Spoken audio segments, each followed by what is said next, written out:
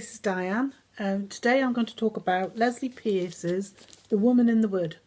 This is on the shelf at Dawlish, or it will be tomorrow anyway, but it's also on Overdrive, so you can borrow it digitally. There are 13 books by Leslie Pierce on Overdrive, and we also do have quite a few on the shelf at Dawlish. We're doing the new Choose and Collect service now, so if you'd like to borrow any by Leslie Pierce or anyone in particular, give us a ring or give us an email and we'll issue them to you. We can make a date and time for you to come in and collect the book. Now this one is a psychological thriller, The Woman in the Wood. The Woman in the Wood isn't actually the main character, to be honest. This story, it starts with twins who live in London, and they're woken in the dead of night by screams and fighting because their mother is being committed by their father. All he'll tell them is that it's for her own good, and they aren't actually privy to anything really that will tell them why the dad's doing it. The girl suspects that the housekeeper it has something to do with it, in that she thinks that the housekeeper reports on her mum, and she also suspects that she's helping herself to her mother's clothes because she recognises a cardigan she's wearing, so she's kind of suspicious of what's going on. They don't really believe that their mother needs to be committed, but there's not much they can do about it. They're young teenagers, and next thing you know, they're sent off to live with their grandma in the New Forest. And she is a very cold woman who doesn't really have a lot to do with them.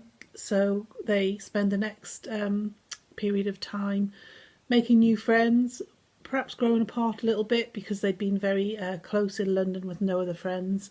But when they live near a village, they make new friends. The girl is getting a bit older and more interested in girly things, so she learns to dance. The boy is more interested in going out with friends, bicycling around and going into the woods. He makes friends with a woman who lives in the woods. She's another person who lives her own life in a little hut and doesn't really mix with the villagers. So of course they're a bit suspicious of her. So that she's kind of set up as possibly the villain. And then the brother disappears. So it goes from there. The brother disappears. He's gone for over a year.